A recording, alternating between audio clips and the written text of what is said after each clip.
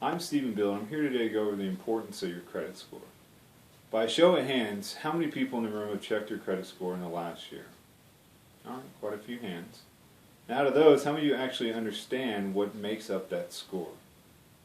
Quite a few of those hands went down. Now, your credit score defines your ability to borrow money. Your credit worthiness and should not be taken for granted. Today I'll be discussing what factors are involved in your credit score, its impacts, and the options available to monitor them. Now, according to Equifax.com, the following are key factors in calculating your credit score. To begin with, your credit history, along with public records, generally accounts for 35% of your score, so it's a significant amount of it itself. Late payments, of course, are going to negatively impact your score. This will lower it, while payments made on time are going to have a positive impact on your score and will raise it. Public records consist of bankruptcies, judgments, and collections. You want to avoid these. These will also negatively impact your score. Also, some of these can actually disqualify you for loans just right off the bat. The length of your credit history makes up 15% of your score. The longer your credit history, the better.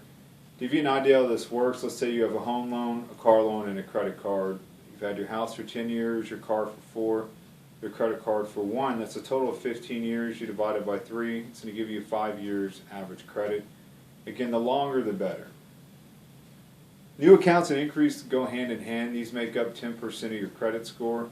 Too many new accounts or too many increase can negatively impact your credit score.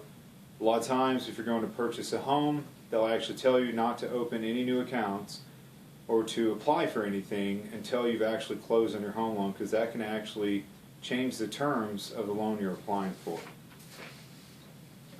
Accounts in use makes up about 10% of the score. This is more or less kind of a credit ratio type area itself. So if you have 10,000 in revolving credit cards and you owe 9,000, well, you're almost maxed out. You're at 90% on your debt ratio for the credit cards itself. You want to keep that number as low as possible, because again, the lower the number, typically, the better impact it's going to have on your credit score.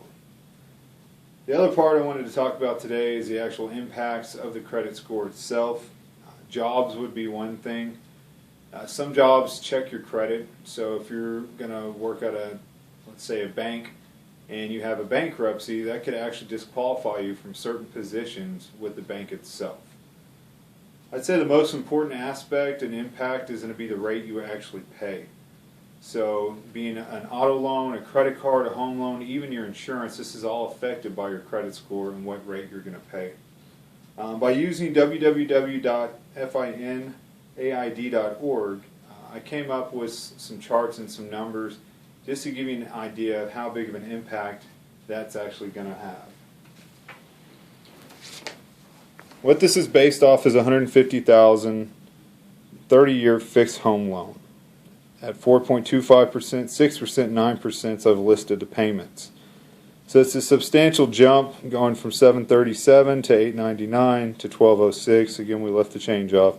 But again, you can see by having poor credit, you can almost, you could be paying $470 more a month just for your home loan, and this doesn't even include escrow, which is your tax, and then your insurance, which is going to make your payment that much higher. This shows you the total interest you'd pay on that same loan. So at 4.25%, you're going to pay $115,647.48. At 6%, you're going to pay $173,754.57. And at 9%, you're going to pay $284,502.04. So you're almost paying 3 times the house. I mean, that's almost $450,000 you'd be paying for a $150,000 house just because your credit's not where it needs to be. Now, your utility setup, that could also be something that's affected by it or impacted, as well as applying for a rental.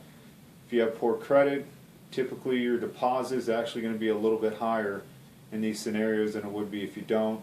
And in some cases, it can actually cause you not to get a rental property or an apartment, depending on how bad your credit is. Now, there's several options to monitor your credit.